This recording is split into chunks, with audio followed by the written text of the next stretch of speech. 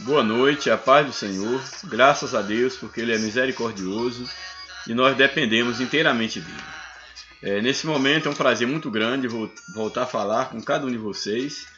E dessa feita nós estaremos postando mais um comentário de uma das nossas lições da CPAD. Hoje a lição de número 11, de 9 de setembro de 2018. A lição de hoje nos traz como título: A lâmpada arderá continuamente. Esse texto faz parte de um contexto lá da Antiga Aliança, do culto levítico, onde havia a ordenança de que a lâmpada do altar deveria estar acesa continuamente. E nós iremos meditar um pouco dentro desse tema e trazendo uma aplicação para os dias atuais, para a igreja. Sabemos que a expressão lâmpada fala de luz. Dentro desse contexto, a lâmpada ela era fundamental para que ali o lugar de adoração estivesse continuamente iluminado, dentro de uma cultura onde não havia luz elétrica. Então havia todo aquele preparo na parte da tarde para que a lâmpada pudesse estar continuamente acesa ali quando chegasse a noite e houvesse luz ali no tabernáculo. E essa luz ela era fundamental, uma vez que a luz de um contexto maior das Escrituras, a luz fala exatamente do testemunho. A lâmpada fala do testemunho, luz fala de direção. A Bíblia nos apresenta que a palavra de Deus ela é lâmpada para os nossos pés e luz para o nosso caminho, ou seja, ela é direção. Então nós temos aqui que era necessário que houvesse luz ardendo continuamente dentro do contexto do culto levítico, e não é diferente também em relação à nossa vida enquanto igreja. Nós devemos conservar a luz, a direção do Espírito Santo, para que nós possamos ter uma caminhada vitoriosa nesse mundo tenebroso, nesse mundo que jaz em trevas. Louvado seja o nome do Senhor. O texto áureo da nossa lição, no livro de João, capítulo 8, verso 12, nos diz o seguinte: Falou-lhes, pois, Jesus outra vez, dizendo: Eu sou a luz do mundo. Quem me segue não andará em treva, mas terá a luz da vida. Muito importante esse texto, uma vez que o próprio Jesus ele se apresenta como a luz do mundo.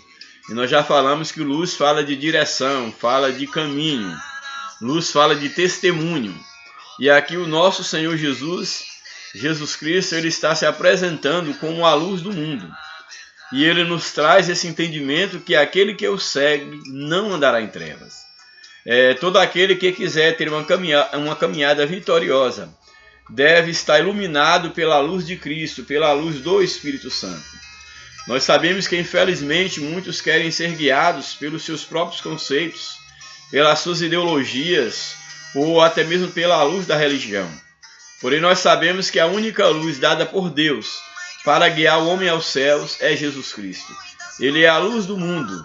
Ele é a luz que nós devemos seguir. Ele é a luz que ilumina os nossos caminhos. Por isso aqui nós temos palavras de Jesus nesse sentido. Falou-lhes, pois, Jesus outra vez, dizendo: Eu sou a luz.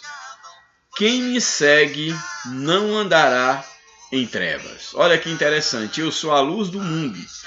Quem me segue não andará em trevas, mas terá a luz da vida. Interessante que o próprio Jesus, ele se coloca não apenas como uma luz, como um esclarecimento, mas ele coloca como sendo a própria vida. Ou seja, aquele que é guiado pela luz de Cristo, além de ter uma caminhada vitoriosa, e como consequência disso, ele terá a vida eterna, porque o próprio Jesus é a luz e é a vida eterna. E aquele que o segue não andará em trevas, mas terá a luz da vida. Louvado seja o seu santo nome para sempre. A verdade prática da nossa lição nos apresenta: tal como as lâmpadas do tabernáculo brilhavam continuamente, assim devemos nós resplandecer neste mundo de apostasias, iniquidades e trevas.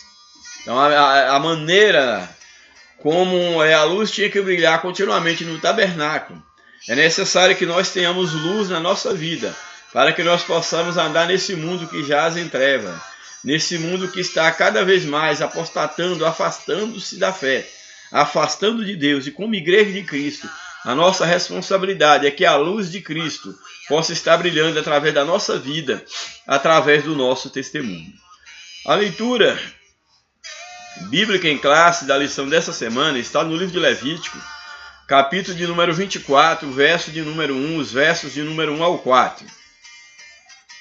Levítico, capítulo 24, verso 1 ao verso 4.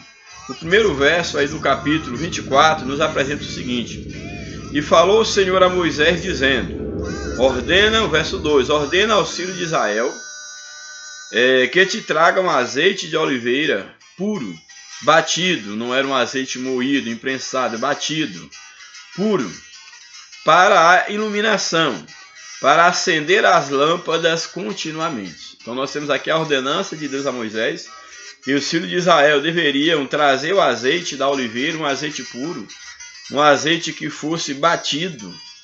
Isso não é um mero detalhe, que era o azeite puro, era o azeite batido, para não perder ali as suas características. Portanto, o azeite batido para iluminar. E esse azeite, ele deveria ser usado exatamente para acender as lâmpadas ali no tabernáculo, que deveriam estar acesas continuamente. Louvado seja o nome do Senhor.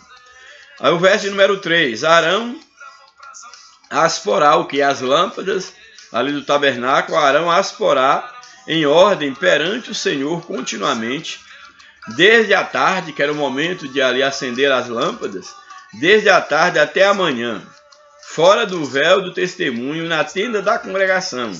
Estatuto perpétuo é pelas vossas gerações, sobre o castiçal puro, porá em ordem. Isso aqui é muito interessante, porá em ordem as lâmpadas perante o Senhor continuamente. Então nós temos aqui que havia todo um cuidado, havia requisitos para serem observados quanto à qualidade do azeite, a organização, a ordem de colocar as lâmpadas, os castiçais, e que isso deveria ser feito de uma maneira permanente, como algo permanente, perpétuo, de geração em geração, e tudo isso deveria estar diante da presença do Senhor. A lâmpada deveria brilhar continuamente diante da presença do Senhor. E tudo isso nos traz ao entendimento, sabemos muito bem, dentro desse contexto, desse texto, qual era a finalidade da lâmpada, exatamente como já falamos. Não havia luz elétrica naquele momento, e o tabernáculo, que era o símbolo da glória, da luz, da presença de Deus, era necessário, uma vez que não havia luz elétrica, que essas lâmpadas alimentadas por azeite, um pavio que fazia com que o azeite pudesse transmitir a luz, era necessário que esse lugar de adoração, esse lugar que simbolizava ali a presença de Deus, a casa de Deus, a presença de Deus entre o povo, era necessário que esse lugar estivesse continuamente brilhando. Daí a necessidade, dentro desse contexto, de que as lâmpadas deveriam ser acesas continuamente, que o azeite deveria ser puro e deveria se trazer azeite continuamente, para que as lâmpadas não viessem a apagar, para que o culto, para que a adoração, ela jamais, e a presença de Deus, simbolizada através ali dessa luz, daquele lugar de adoração, nunca viesse a faltar no meio da nação de Israel. Louvado seja o nome do Senhor. Vamos já para o comentário da nossa lição, falando sobre esse tema, a lâmpada arderá continuamente. Aí a introdução da nossa lição nos apresenta que o candelabro era o objeto de maior destaque no interior do tabernáculo, por ser todo de ouro e pela luz que emitia. Então temos aqui o tabernáculo, que era uma obra feita por pessoas que inclusive receberam uma capacidade divina para poder produzir essa arte, esse tabernáculo, e ele era feito de ouro puro, já simbolizando a glória, a grandeza de Deus com esse material, ou com esse metal mais precioso que existia e que existe ainda na atualidade, enquanto material precioso. Então nós temos então que esse candelabro, ele era um dos objetos de destaque no interior do tabernáculo, em primeiro lugar porque ele era todo de ouro, e também porque era ele o responsável por iluminar o ambiente pela luz que ele emitia. nós temos aqui a responsabilidade que recaía sobre o candelabro. Ser de ouro puro, ser uma peça finíssima e emitir luz continuamente. Então, se levarmos aqui, o comentarista ele coloca, se levarmos a sua simbologia para a atualidade ou num sentido mais doutrinário, a simbologia do tabernáculo representa exatamente o testemunho e o serviço no ministério levítico, que também remete para o nosso serviço, para o nosso ministério enquanto igreja de Cristo. Então essa era a simbologia ali do candelabro, que representava o testemunho, representava o serviço ali feito dentro do ministério levítico. Então a igreja de Cristo, ela tem essa responsabilidade de agora, nesse novo período, dentro do tempo da graça, a igreja ela é chamada para ser luz do mundo. Ela é chamada para luzir nas trevas. Então, assim como não poderia faltar luz no tabernáculo, como não poderia faltar luz na nação de Israel, e havia todo um propósito de Deus que essa nação ela se tornasse luz para as demais nações, da mesma forma a igreja de Cristo, como luz do mundo, ela tem a obrigação de luzir. Ela tem a obrigação de ser um referencial para que o mundo possa estar vendo Deus na igreja, para que através da nossa vida o mundo seja iluminado pela presença de Deus. Louvado seja o nome do Senhor para sempre. Aí o primeiro ponto da lição, o primeiro tópico da lição, está nos apresentando o candelabro de ouro.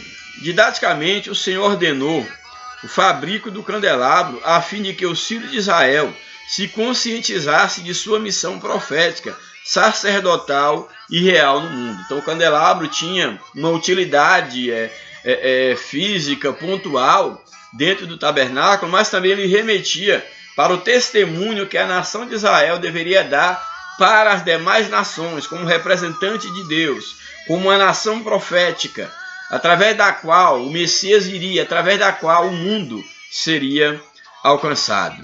Então essa nação sacerdotal, essa nação profética, essa nação real, ela deveria exatamente ser esse testemunho. O candelabro tinha também essa simbologia.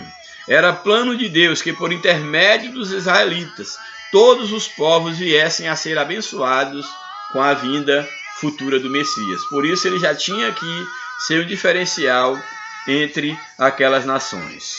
Quanto é o candelabro de ouro, o fabrico desse candelabro? Como se deu esse fabrico? Então, segundo a determinação divina, os artífices fizeram um candelabro de ouro puro e batido. Ouro mesmo, ouro puro e batido. A mobília foi de tal forma trabalhada que formava uma só peça. Isso aqui é muito interessante. A mobília era apenas de uma peça. Quais eram as peças? Era uma única peça. E quais eram as partes ou os detalhes dessa única peça, que era o candelabro? A mobília foi de tal forma trabalhada que formava uma só peça, com o seu pedestal, as hastes, os cálices, maçanetas e flores que enfeitavam o candelabro. Em seu feito, ou em seu feitio, Deus usa duas pessoas, que é Bezaleel, que é um dos nomes, Bezaleel, e Aholiabe, que foram pessoas que receberam de Deus capacidade para isso. E é interessante que esse candelabro, segundo o texto bíblico nos apresenta, esses dois artífices, esses dois homens capacitados por Deus, Bezaleel e Aholiabe, eles precisaram de um talento de ouro para fazer, no caso aqui, o candelabro. E um talento de ouro, se for transformar para uma medida, seria entre a medida atual, entre 35 a 40 quilos aproximado de ouro. Então imagina aí colocando por menos 35 quilos de ouro. E esse ouro foi batido, ouro puro, para que se fizesse o candelabro. Então era uma peça riquíssima, era uma peça fina. Toda a peça era rigorosamente simétrica e harmônica. De outra forma, a sua luz jamais viria brilhar com a intensidade e a perfeição que Deus requer de cada um de seus filhos. Então, tanto o material quanto às proporções, a maneira como essa peça tinha que ser feita, para que ela desse a luz suficiente para o tabernáculo. Tudo isso houve uma direção divina. E me chama a atenção quando Deus ele nos coloca a própria igreja como sendo o candeeiro, o castiçal, que ele anda no meio desse castiçal, no meio da igreja. E nós percebemos aqui a nossa responsabilidade de termos uma vida pura para que o mundo possa conhecer Deus através do nosso testemunho. Louvado seja o nome do Senhor. Então temos aí o fabrico do candelabro. O ponto 2 fala sobre a luz do candelabro. O azeite para as lâmpadas foi trazido voluntária e generosamente pela congregação de Israel, tendo em vista o significado do candelabro. Para o culto sagrado, o azeite teria que ser puro e batido. Isso aqui é interessante.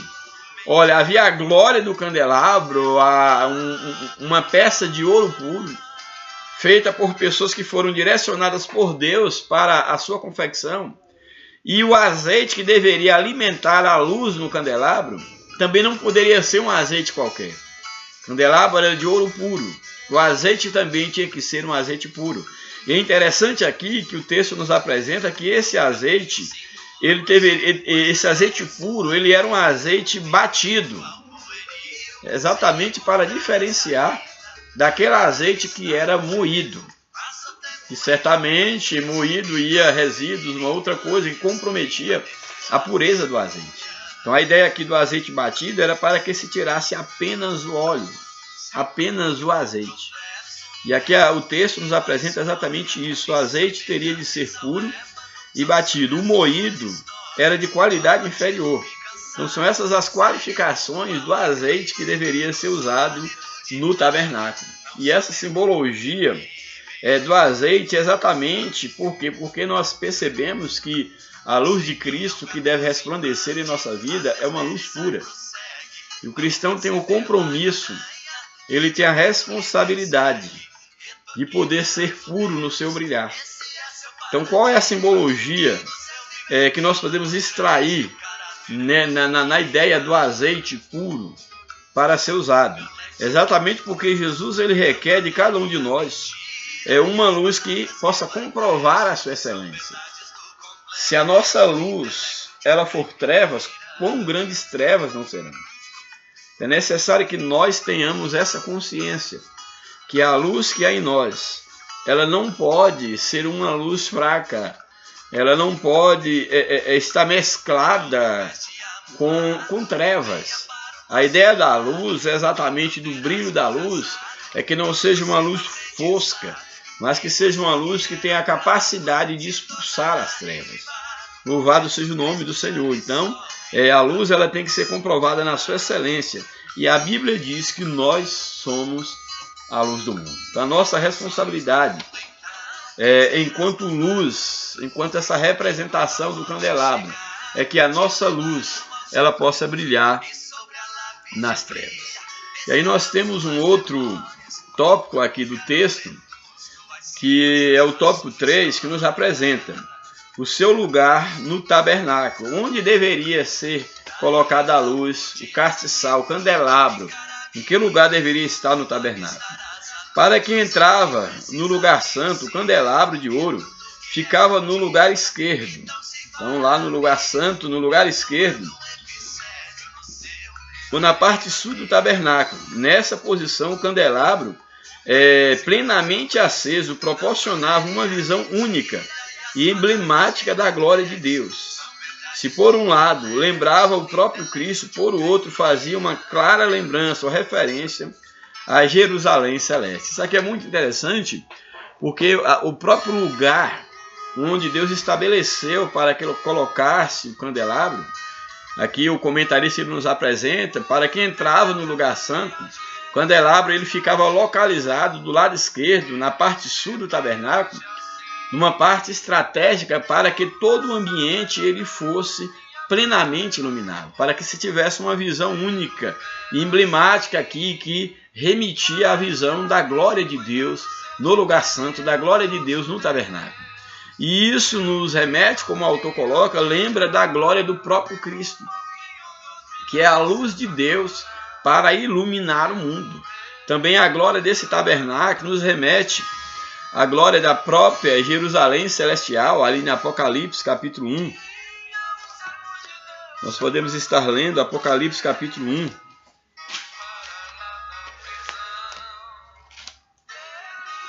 Aí os versos de número 12 e 13 nos diz o seguinte: E virei-me para ver quem falava comigo, e virando-me, vi 7 castiçais de ouro, na visão que João tem ali na ilha de Pátmos. E no meio dos 7 castiçais, os castiçais eram de ouro. E aqui no tabernáculo, aqui os castiçais, a lâmpada, o candelabro era de ouro. E aqui no verso 13, e no meio dos 7 castiçais, um semelhante ao filho do homem, vestido até os pés de uma veste comprida, e cingida pelo peito com um cinto de ouro. Louvado seja o nome do Senhor. E aí o capítulo 21, verso 18, do capítulo aí 21 de Apocalipse, o verso 18, nos apresenta o seguinte. Interessante, nós lemos esse texto, 21, 18 e verso 20. 21, 18 e 20. Nos apresenta assim o verso 18. E a fábrica, aqui falando agora da Jerusalém celeste. E a fábrica do seu muro era de jaspe, e a cidade de ouro puro, semelhante ao vidro. Verso 21. E as 12 portas eram 12 pérolas. Cada uma delas era uma pérola. E a praça da cidade de ouro puro, como um vidro transparente. Então aqui essa glória do candelabro, aqui no tabernáculo, fazia lembrar, remetia a essa glória da Jerusalém celeste, que João ele teve essa visão na ilha de Pátmos. Mas para que esse brilho perdurasse, a lição nos aponta, era imperioso que Arão e os seus filhos cuidassem diariamente do candelabro. Era necessário que eles tivessem cuidado com o candelabro durante o dia, para que no momento em que a luz era acesa no candelabro e que chegasse a noite, houvesse luz plena no ambiente. Mas o cuidado com o candelabro era essencial. E nós sabemos que isso remete ao cuidado que nós temos que ter com a nossa vida diária. Muitas são as coisas que vêm tentar apagar a luz da nossa vida. Daí a necessidade de cuidarmos do nosso candeeiro, de cuidar da nossa lâmpada, do nosso candelabro. A luz do dia, ou seja, durante o período do dia, limpavam no candelabro, provendo-o de azeite. E quando a noite chegava, ele estava pronto para reluzir novamente. Assim devemos nós agir em relação ao mundo. Só viveremos ou só viremos a reluzir se nos dermos a leitura da Bíblia Sagrada, a oração e ao jejum. Aqui o comentarista ele traz alguns elementos que simbolizam o cuidado que devemos ter com a nossa vida espiritual para que ela possa continuar brilhando, para que ela possa continuar iluminando as pessoas que nos cercam no mundo. E o crente, ele se alimenta, ele renova, ele limpa a sua lâmpada, alimenta a sua lâmpada exatamente com a leitura da palavra de Deus. Aí vem a leitura da palavra de Deus, a oração, o jejum, uma vida de consagração diante da presença do Senhor. Então, se todos nós quisermos de fato estar cumprindo essa metáfora, essa simbologia do candelabro, é necessário que nós tenhamos cuidado de estar cada dia cuidando, nos voltando para nós mesmos, analisando como tem sido o nosso brilho, como tem sido a nossa candeia diante do mundo, diante das pessoas. Aí o segundo tópico da lição nos fala Jesus, a luz eterna e perfeita. O candelabro simbolizava Jesus Cristo, a sua igreja e cada um de nós. Então Jesus, ele simbolizava, sim, lá no Antigo Testamento, ele no culto levítico, essa luz que tinha uma necessidade pontual, tinha uma utilidade pontual, ela apontava para Jesus, que é a luz do mundo. E também nós, enquanto igreja, cada um de nós temos a responsabilidade dada pelo próprio Cristo de sermos luz do mundo. Essa é a nossa responsabilidade. E aqui a lição nos apresenta aqui Jesus como a luz do mundo, nesse segundo tópico, Jesus a luz eterna e perfeita. E aí vem dividindo esse tópico aqui em 3 subtópicos. E o primeiro apresenta Jesus como a luz do mundo, a igreja e a luz do mundo, e o crente como luz do mundo. Jesus como cabeça da igreja, a igreja como o corpo de Cristo, como luz, e cada membro individualmente também como luz do mundo. E é interessante nós observarmos em relação a tudo isso, que o próprio Jesus, ele veio como luz ao mundo que jazia em trevas. E aí nesse primeiro subtópico nos diz o seguinte: Jesus é a luz do mundo. No Apocalipse, Jesus, ele andava livremente entre os candelabros. Isso aqui é muito interessante, que nós podemos ver aqui nesse texto aqui da palavra de Deus. E nós até já lemos aí alguma coisa nesse sentido aí no capítulo 1 de Apocalipse, quando diz que Jesus, ele andava livremente entre os candelabros.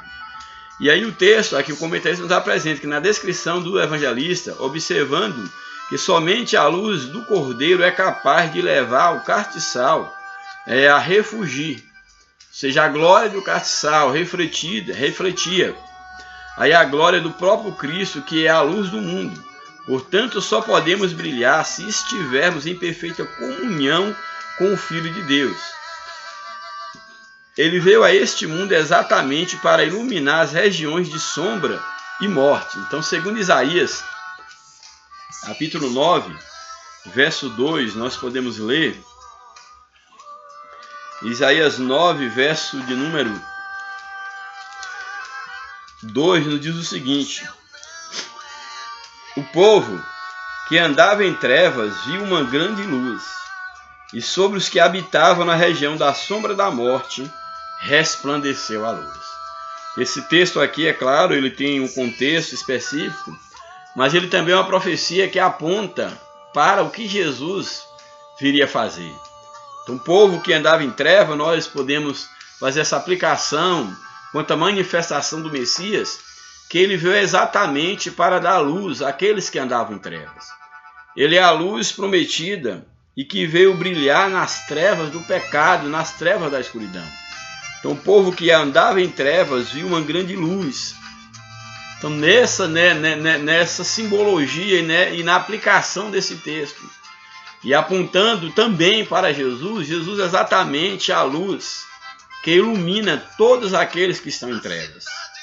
Agora nós podemos analisar, e eu quero chamar a tua atenção, voltando ao livro do Apocalipse, que nós lemos, que é muito importante nós observarmos, quando nos diz aí no capítulo 1 de Apocalipse, o verso 12 a seguir: e virei-me para ver quem falava comigo, e virando-me, vi 7 castiçais de ouro, e no meio dos 7 castiçais, um semelhante ao Filho do Homem. A visão que João tem de Jesus, que ele andava entre os 7 castiçais de ouro. E é interessante que lá no verso de número 20 aí do capítulo 1, há uma explicação de quem era, o que era esses castiçais.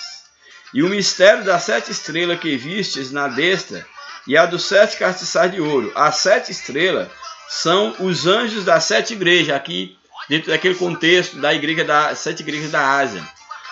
Os 7 anjos são as 7 igrejas, e os 7 castiçais que vistes são as 7 igrejas. Aí tem, é claro, o cumprimento dessa profecia quanto a essas 7 igrejas da Ásia. Mas o princípio, que é o que quero chamar a tua atenção aqui, o princípio é que Jesus ele andava no meio da igreja, que são os 7 castiçais de ouro, dentro dessa simbologia. E nós temos então aqui que era a luz de Jesus entre esses castiçais. E é bem importante nós observarmos, e aqui eu quero chamar a tua atenção em relação a tudo isso, que nós vamos ver aqui nos pontos que se segue, algo bem interessante em relação à função de Jesus no meio da igreja, no meio dos castiçais, ou em relação à igreja, melhor dizendo. O que Jesus representa para a igreja enquanto a luz do mundo, enquanto o sol da justiça.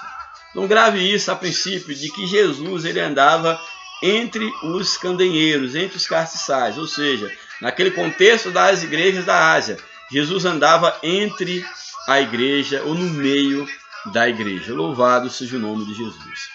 Aí nós temos aqui a igreja e a luz do mundo. Aos seus discípulos, o Senhor Jesus foi claro e decisivo: vós sois a luz do mundo.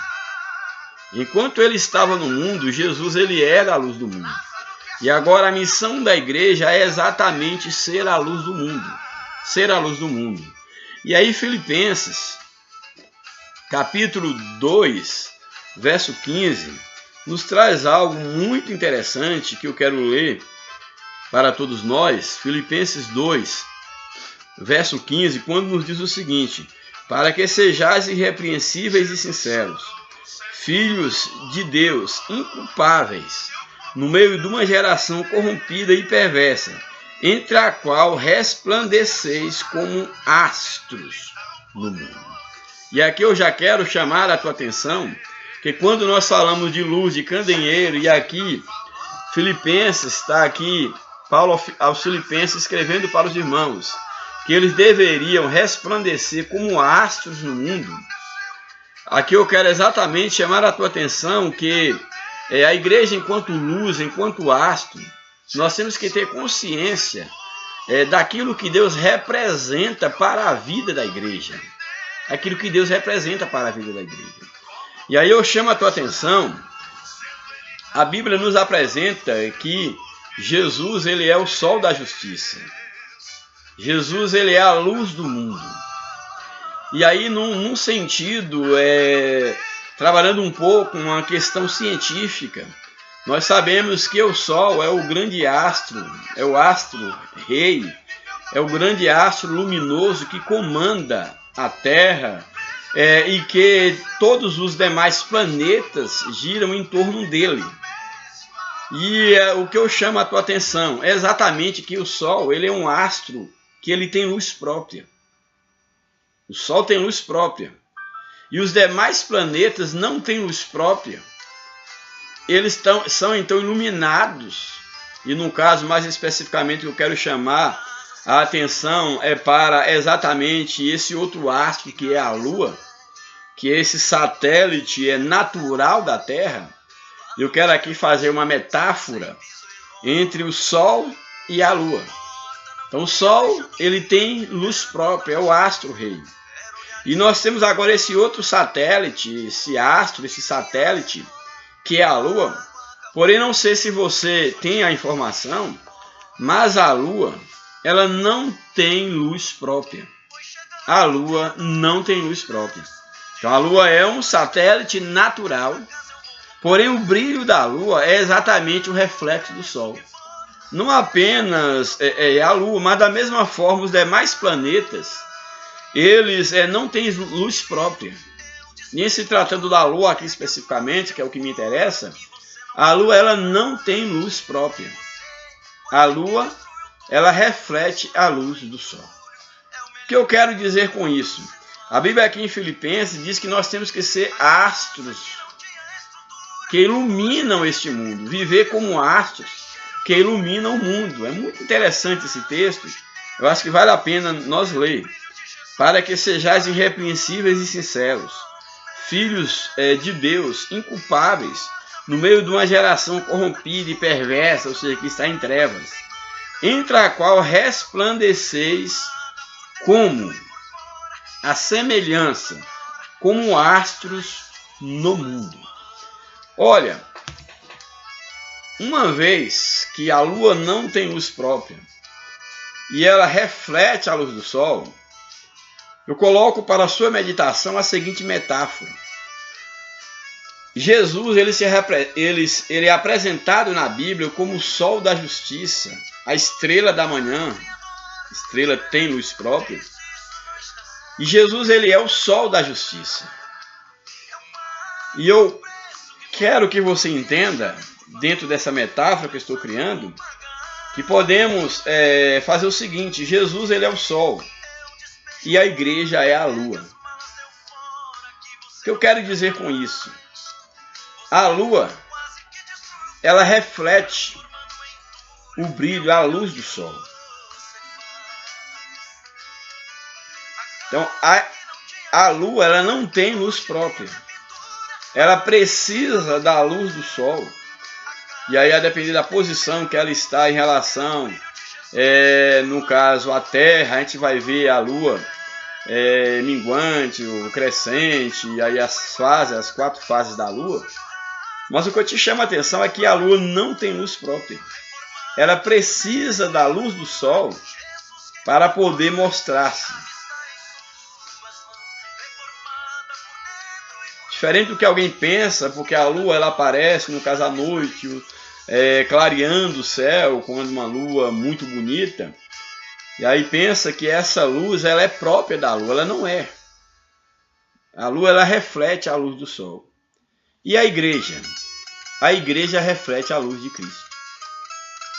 Cristo ele é o sol da justiça, que joga os seus raios na lua que é a igreja.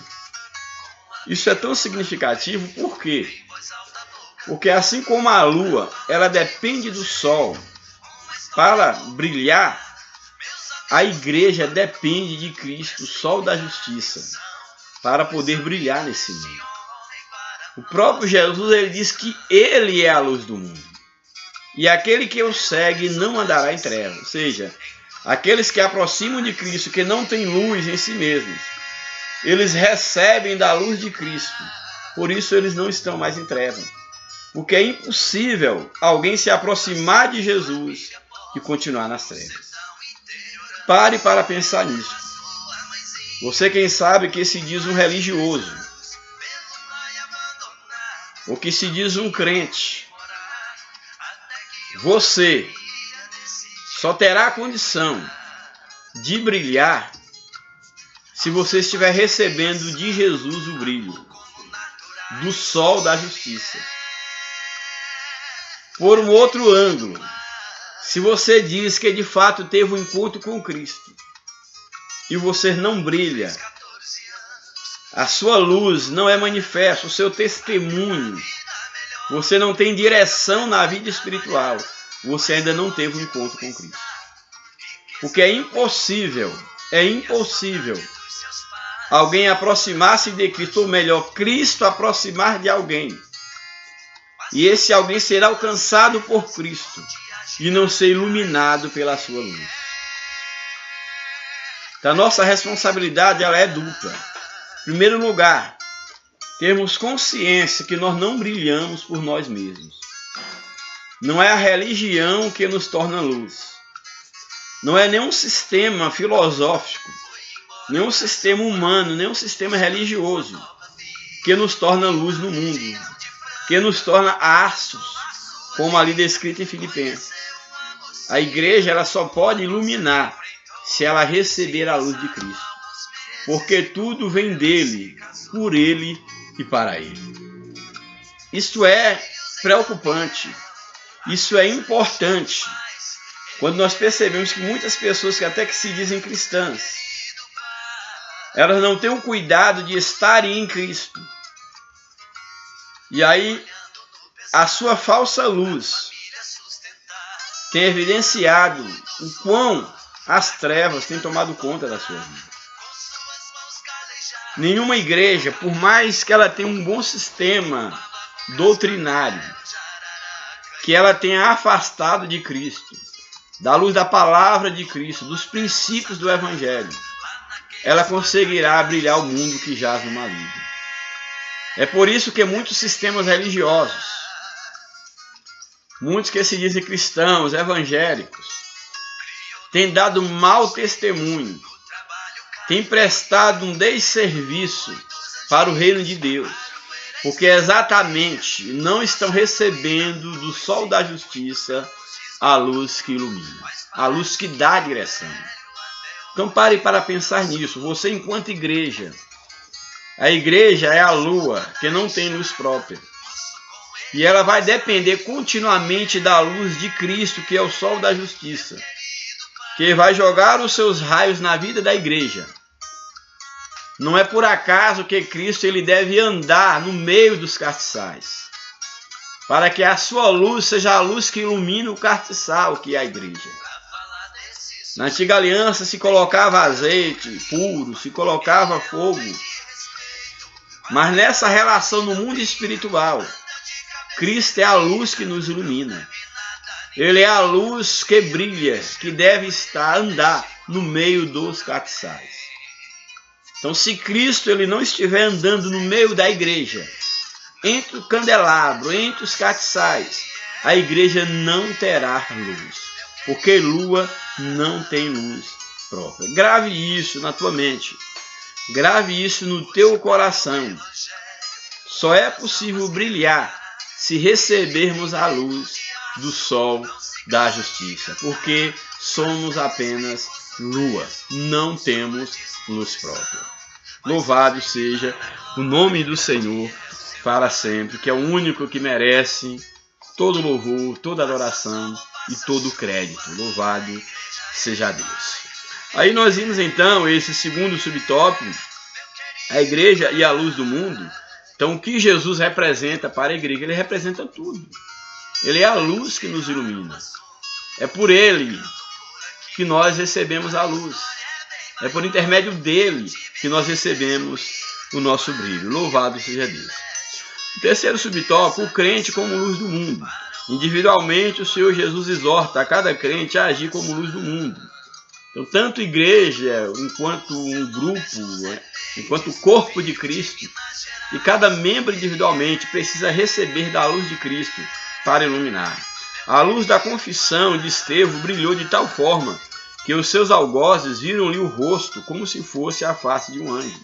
Temos aqui um exemplo desse servo de Deus, Estevão, quando ele estava sendo interrogado. A Bíblia diz que a luz que havia em Estevão era tão grande que incomodou os seus inimigos. Quando o seu rosto ali resplandecia como o rosto de um anjo. E quando ele faz aquela declaração que via os céus abertos e via o Filho de Deus naquele momento, a Bíblia nos relata que aqueles inimigos taparam os ouvidos, o levaram para fora e o apedrejaram. Exatamente porque a luz que havia em Estevão era uma luz divina. E essa mesma luz deve existir na nossa vida, na nossa confissão. O nosso testemunho deve manifestar a luz de Cristo, a luz da nova vida que nós recebemos em Cristo Jesus. Louvado seja o seu nome para sempre. O terceiro tópico da lição, muito importante esse tópico, tem o título, o subtítulo, Mantendo a luz brilhando continuamente. Então, assim como na antiga aliança a luz deveria brilhar continuamente, nós temos a responsabilidade de manter a luz brilhando continuamente. A fim de que a nossa luz brilhe continuamente, mantenhamos essas três coisas básicas. Quais são? Aí o primeiro subtópico, nossa união com Cristo, nossa comunhão fraternal e o nosso testemunho diário. Muito interessante. Falando de uma maneira panorâmica, por que para manter a luz brilhando continuamente, nós precisamos dessas três coisas básicas? Exatamente porque, primeiro subtópico, é nossa união com Cristo. Sem estarmos unidos com Cristo, sem estar recebendo a luz do sol da justiça, que é Cristo, nossa luz não há de brilhar. E não é receber a luz de Cristo só quando da conversão ou de vez em quando, não. Para brilharmos continuamente, os raios da luz de Cristo têm que estar incidindo sobre a nossa vida. Então daí a necessidade de nossa união com Cristo. Também a comunhão fraternal. Por quê? Porque somos membros do corpo de Cristo, membros uns dos outros. E Cristo é o cabeça. Não há a mínima possibilidade de estar em Cristo se não estar em comunhão com o seu corpo. E também o nosso testemunho. Não tem a mínima possibilidade de ser corpo de Cristo, pertencer ao corpo de Cristo, e não houver o testemunho diário que manifesta a vida de Cristo na nossa vida. Então o primeiro subtópico nos apresenta nossa união com Cristo, que é a primeira coisa básica para que a nossa luz continue brilhando. Nossa união com Cristo. Para reluzirmos como luz do mundo, nossa união com Cristo é imprescindível. O candelabro visto por Zacarias, essa profecia aqui é muito interessante, a situação em que o povo encontrava naquele contexto. E aí Deus ele vai usar aqui o profeta, ele vai usar ali Zorobabel para fazer uma grande obra. E aí nós temos aqui agora essa visão de Zacarias de um candelabro que é muito significativo. Que havia, claro, algum contexto específico, histórico, mas que há uma lição para nós. Então aqui o texto nos apresenta que o candelabro visto por Zacarias ardia de forma ininterrupta, pois estava ligado a um vaso de azeite, e esse vaso, por sua vez, conectado a duas oliveiras. Dessa forma havia um fluxo contínuo de azeite para aquele candelabro, naquela hora tão difícil para o povo de Deus, para que brilhassem para sempre. Então nós temos aqui, dentro desse contexto aqui interessante, que o povo de Israel ele enfrentava uma dificuldade muito grande, e Deus então dá essa visão a Zacarias, essa visão de restauração, onde ele tem essa visão desse candelabro, e é algo bem interessante que aqui, se nós formos, pena que o nosso tempo aqui é pequeno para isso, espaço, mas temos aqui a visão de Zacarias, e no capítulo 1 do livro de Zacarias, ele exorta o povo ao arrependimento, arrepender dos seus pecados. Ele tem a visão aqui de cavalos, uma segunda visão de um animal assim, diferente. Ele tem a terceira visão, onde Jerusalém é medida, aí no capítulo 2. No capítulo 3, ele tem a quarta visão, onde o sumo sacerdote ele é acusado por Satanás e é justificado por Deus.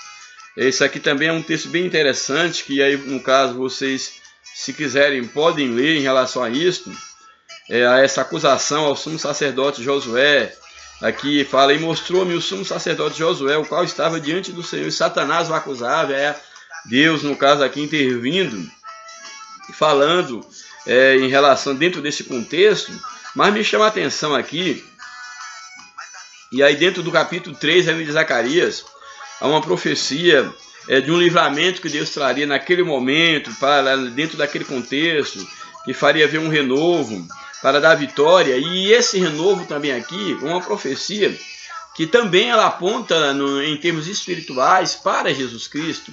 Há também uma aplicação, um apontamento para aquilo que Jesus faria no futuro, que é exatamente esse renovo, o meu servo, o renovo, também se aponta para Jesus, que ele tiraria, aí no verso 9 do capítulo 3, e tiraria a iniquidade dessa terra num dia. Naquele dia, diz o Senhor dos Exércitos, cada um de vós convidará o seu companheiro para debaixo da videira e para debaixo da figueira. Há todo um contexto histórico em relação ao cumprimento disso, aquilo que Deus fez e faz em relação à nação de Israel. Mas aqui no capítulo 4, na quinta visão de Zacarias, que é o castiçal de ouro e as 7 lâmpadas, nós temos aqui uma simbologia muito grande, porque também ela aponta para aquilo que nós vimos lá em João, no caso, o Filho do Homem entre os candeeiros, e toda essa metáfora, essa simbologia em relação à presença de Deus no meio da sua igreja. E aí eu quero chamar a atenção aqui de alguns versos, assim mais especificamente, para tratarmos em torno do tema da lição. E tornou o anjo, capítulo 4 de Zacarias, o primeiro verso. E tornou o anjo que falava comigo e despertou como a um homem que é despertado do seu sono. E me disse, que vês? E eu disse, olho. E aí que eu chamo a tua atenção, que é o que me interessa aqui no texto, para mostrar essa visão da dependência do candeeiro do azeite, que esse é o que eu quero tão somente chamar a atenção nisso aqui.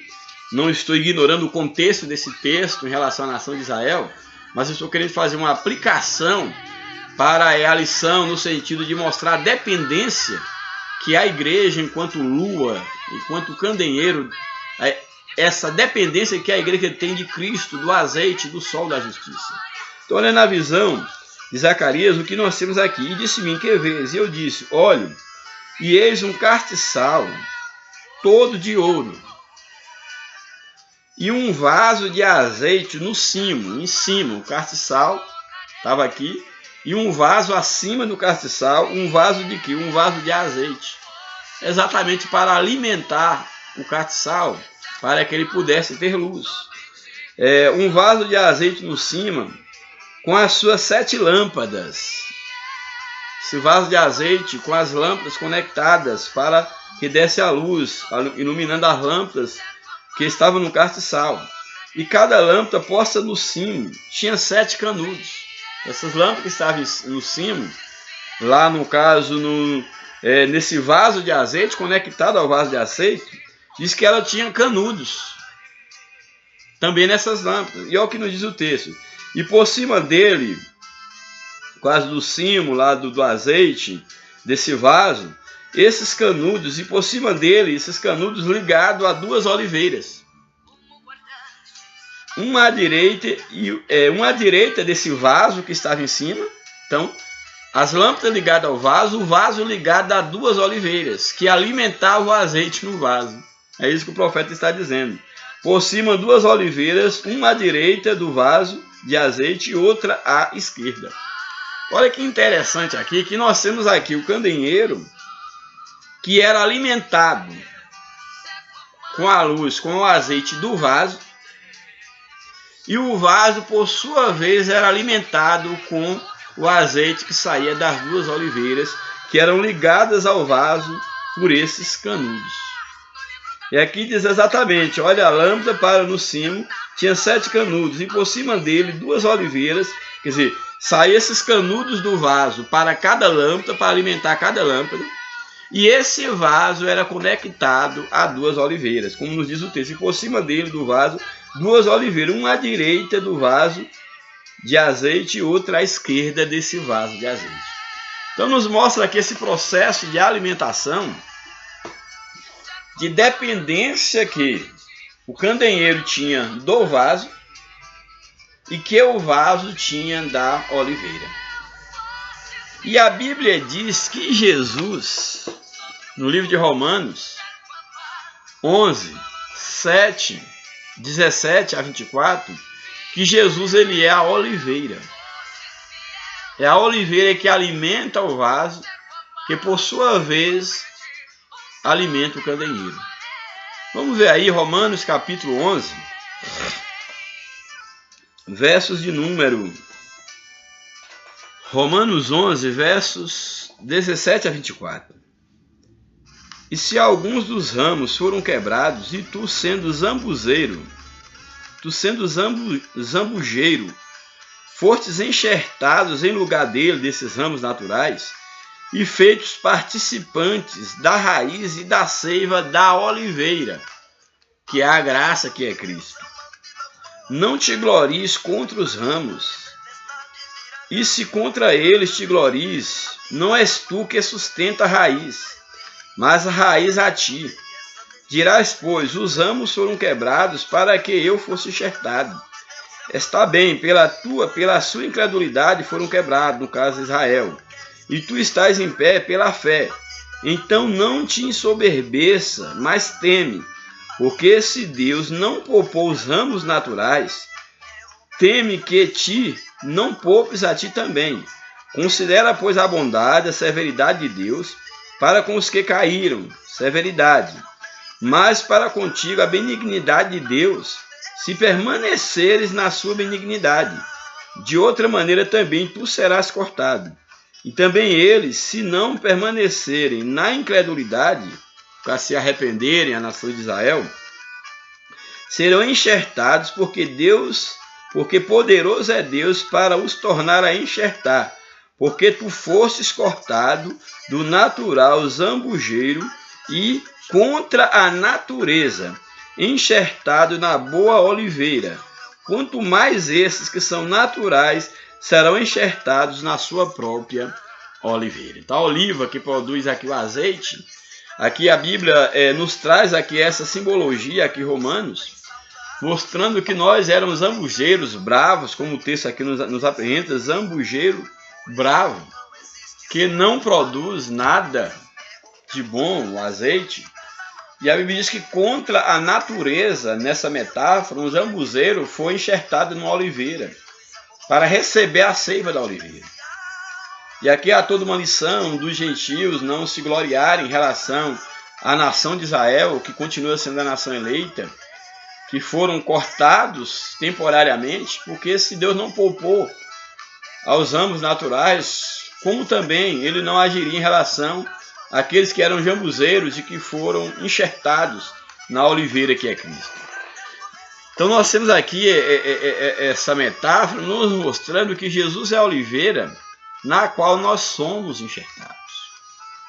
Então a igreja, ela foi enxertada em Cristo. Por isso que ela não tem luz própria. A igreja é essa lua que se aproxima de Jesus para receber da sua luz, sendo ele o nosso sol da justiça. Então você nunca esqueça disso. Você só tem alguma coisa que valoriza a tua vida, quem te torna alguma coisa, quem dá um colorido na tua vida é Jesus. Por isso você não deve se orgulhar, se exaltar em relação àquele que ainda não foi alcançado por Cristo, porque não teve a felicidade que você tem de ter um encontro ou ser encontrado por Cristo. Porque a glória não é tua, o brilho não é teu, é Jesus na tua vida. Você é totalmente dependente da graça, totalmente dependente do brilho de Deus para poder ouvir. Louvado seja o nome do Senhor. Aí o tópico 2 desse último tópico, falamos em primeiro lugar, nossa união com Cristo, retomando isso aqui, é o primeiro passo fundamental para que a nossa luz ela permaneça brilhando. Por quê? Porque Jesus é a oliveira que alimenta o vaso, que alimenta o candeeiro. Por isso, a nossa dependência dele. Também, uma vez unido a Cristo, recebendo a seiva de Cristo, é necessário que nós estejamos em comunhão com os demais. E aí fala da segunda condição, de permanecermos brilhando, nossa comunhão fraternal. O candelabro, embora se destacasse por seus ricos e variados detalhes, formava uma única peça. Isso aqui é interessante. O candelabro tinha vários detalhes, mas era uma só peça. O corpo de Cristo tem vários membros, mas é um só corpo, é uma só peça. Isso fala exatamente da nossa comunhão fraternal. Por mais que tenhamos funções diferentes no corpo de Cristo, nunca devemos esquecer que fazemos parte de um só corpo, que devemos ser e somos uma só peça. Isso é importantíssimo no nosso relacionamento com Deus e no nosso relacionamento interpessoal, fraternal em relação aos nossos irmãos. O mesmo podemos dizer da Igreja de Cristo. Embora formada por membros de várias procedências, como falei, nós formamos um só corpo. Somos um em Cristo. Somos um só. Louvado seja o nome do Senhor. É por esse motivo que temos que preservar o vínculo do amor fraternal. A igreja, como um candelabro de Cristo, deve ser reconhecida pelo mundo. Deve ser reconhecida pelo mundo, por o mundo, pela sua unidade, que é o vínculo da perfeição. Então a Bíblia diz que o mundo conhecerá que nós somos discípulos do Senhor se nós nos amarmos uns aos outros. Portanto, a comunhão, o amor, a comunhão da igreja, esse vínculo do Espírito Santo é fundamental para que a nossa luz continue brilhando. Então é necessária essa comunhão fraternal. E uma vez ligado a Cristo, em comunhão com os irmãos, o nosso testemunho deve ser algo natural, consequência desse relacionamento, que é o terceiro subtópico para terminar a lição. Nosso testemunho diário. Nosso testemunho cotidiano não deixa de ser uma expressão profética, pois de forma veemente protesta contra o pecado. É necessário que nós tenhamos consciência disso, da nossa união.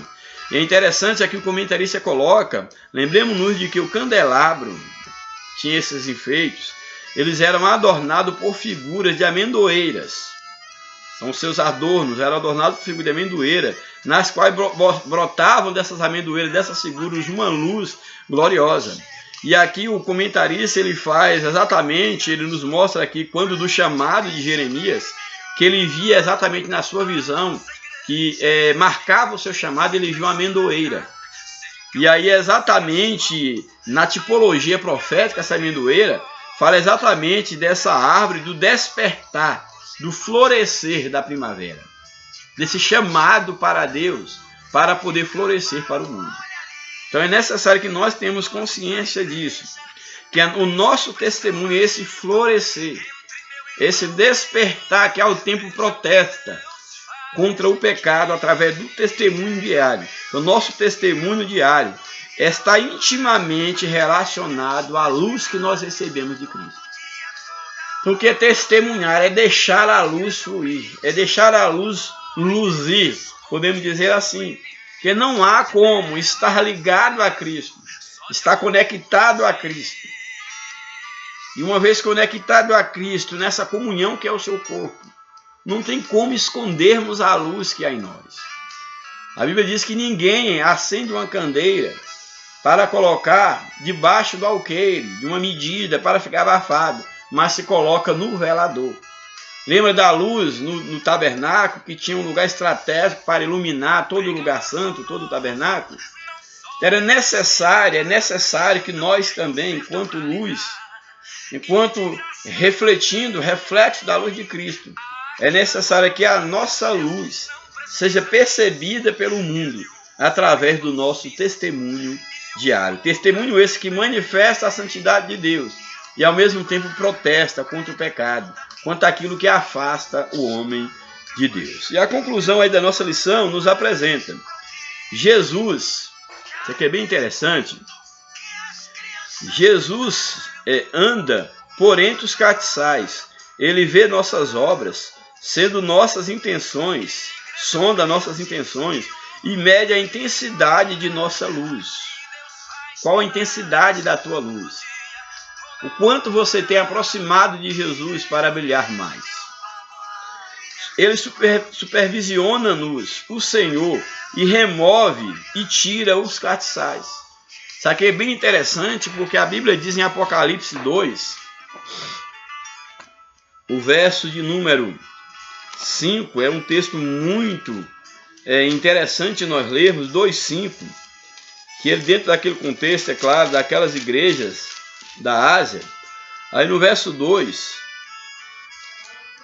capítulo 2, melhor dizendo, verso 5, nos diz o seguinte, aqui o Senhor, ele falando em relação a uma igreja da Ásia, que é a igreja de Éfeso, trazendo a repreensão àquela igreja, daquele contexto histórico, é bom deixar isso bem claro, mas que há um princípio para a igreja da atualidade. Ele diz o seguinte, lembra-te, pois, de onde caíste, e arrependa-te e pratica as primeiras obras. Quando não, ou seja, se não arrependeres, brevemente a ti virei e tirarei do seu lugar o teu castiçal, se não te arrepender. Então o Senhor é quem levanta e quem abate, quem tira o castiçal. E aqui, essa igreja aqui era uma igreja mesmo no sentido de uma localidade. E nós devemos ter muito cuidado para não nos envaidecermos e acharmos que enquanto igreja e instituição, por exemplo, que nós podemos sobreviver, brilhar sem a luz de Cristo. Não. Não faz sentido. Não faz sentido. Igreja sem Cristo. Igreja sem cruz de Cristo. Igreja sem direção de Cristo não é igreja. Muitos, infelizmente, já tiveram, já foram tirados enquanto castiçais, porque não submetem a direção, a luz de Cristo. Não são iluminados pelo sol da justiça. Não estão conectados na oliveira verdadeira que é Jesus Cristo. Então que Deus ele possa nos conscientizar, que nós podemos melhorar a nossa consciência cristã, e entender plenamente que para que a lâmpada ela possa arder continuamente, assim como no culto levítico precisava de um azeite físico, não era simbólico, era um azeite mesmo, porque não tinha luz, para poder iluminar aquela casa, aquele lugar que era um marco da presença de Deus. Da mesma forma, nós precisamos continuamente da seiva da oliveira que é Cristo, para podermos brilhar neste mundo que jaz em trevas. Então que Deus nos ajude, que Deus nos abençoe, que Deus nos conscientize a cada dia que nós não somos nada. A glória não é de nós mesmos. Somos apenas uma lua, que se não receber o brilho do sol, não mostra a sua grandeza, não mostra o seu brilho, porque ela não tem. Nós precisamos que a luz do sol da justiça resplandeça e permaneça resplandecendo sobre cada um de nós. Que Deus nos abençoe. Um grande abraço, que a paz de Cristo esteja inundando o teu coração e que o sol da justiça resplandeça e permaneça cada dia sobre a sua vida, sobre a sua igreja, o seu ministério, sobre a sua família. Um grande abraço, a paz do Senhor, em nome de Jesus.